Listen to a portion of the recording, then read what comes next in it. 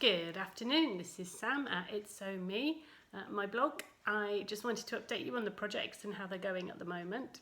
So, first of all, we finished last time,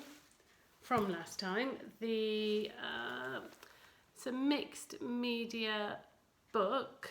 It's like a keepsake book. So on the front, I had already embroidered the little long tail tits in the swing seat and some little flowers along the bottom. And they're made the felt, so it's meant to look a bit like a sky on a summer's day. And there's a butterfly that I did in some wool work and a couple of felt flowers that are cut out wool work with some embroidered centres. And we'd got to this point, but I hadn't coated the book, so it all looked a bit yucky and messy. And I'm just taking it out of the over cover at the moment, which it doesn't want to come out of, but here we are. And the inside of the book I coated in this lovely quilting cotton, which is got little hairs on it. I don't know if you can see that. It's a William Morris design. Okay, and that was purchased from Calico Kate in Lampeter, she has an amazing array of fabrics there, and I'm hoping to go there next week, so we shall have a look. The one thing I will say, and I didn't take advice and should have done, and that is I use PVA to stick my fabric, and they specifically say not to do that. And the reason why they say not to do that is this bottom corner, because it can bleed through. So annoyed that bit didn't stick. I redid it and it bled through, but there you go. And this was the book with my old cards in that I'd kept for so many years in the drawer. Just had no idea what to do with all of them. Didn't want to throw them, lovely memories, so made this little keepsake book. And here's my first keepsake, which I'm going to use this for seeds. So this is Aquilegia Granny's Bonnet seeds that I've collected from the garden, from the neighbours and from the lane. And hopefully next year we'll have some lovely flowers from them. So, second thing is I have been sewing again. And I've sewn a maxi dress. Let me just hold this up. It is, comes in under the bust, like an empire sort of line, very much in line with what seems to be in the shops at the moment. And it comes across here. It's permanently sewn across the bust though, it's not one that does up, just elasticated in the middle, like so. The fabric was from £1 a metre. I ordered 3 metres, £7.95 plus delivery. I took a chance and it was absolutely fine. It was meant to be a linen-like material. I was originally going to use it for trousers. Was a little concerned because I thought it was a tad see-through, but as it turns out, it's fine. So it was £7.95 plus delivery. You can't really moan, can you? Then this was the pattern. It was a maxi dress pattern. I actually cut it slightly shorter. I don't know if by thread count, I don't know if it would have, I did make it long originally and then cut it down because I thought, I want something a bit more daytime-ish. So, lovely, right, that's that. What else have we been doing? Yes, I've been doing blanket.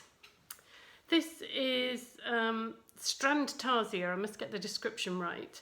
They call it strand tarsia because it's like a combination of strand work, which is like the Fair Isle Norwegian style, Scottish style knitting, like this, and you can see the stranding on the back, why it's called strand work.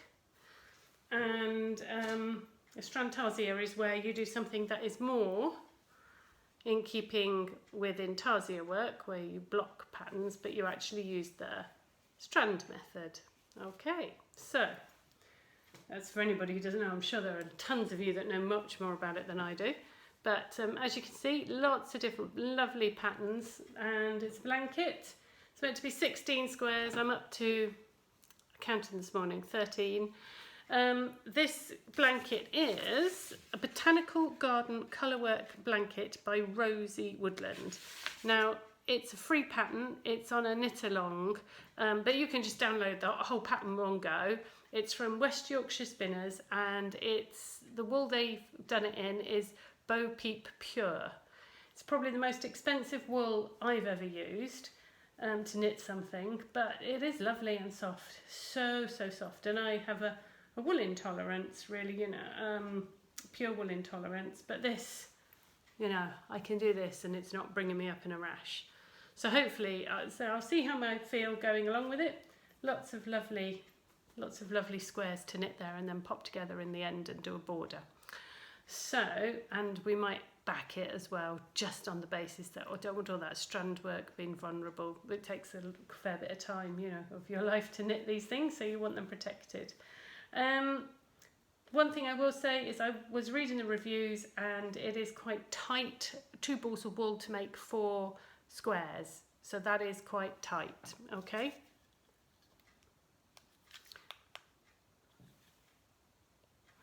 Right, sorry, going to low power mode. I should be off with this in a minute. Finally, just wanted to show you my butterick. I'm making a shirt. It's butterick pattern. It's quite an old-fashioned sort of pattern, but I just wanted to make a shirt. And this was from Pound Fabrics. This fabric was £4 a metre, and it's an Oxford shirting cotton. And it is quite nice, light blue, little penguins on it, which is quite pretty. And I've done this bit so far, the shirt side of things. I'm just doing the sleeves. So I've done the collar. I think you can see all the threads in there, sadly, which need cutting. All the sides are sewn up, just working on the sleeves. And I've never actually done these little plackets on a sleeve before. I've thoroughly messed up the first one. So I'm going to see some online tutorials and see how we get on with the second one.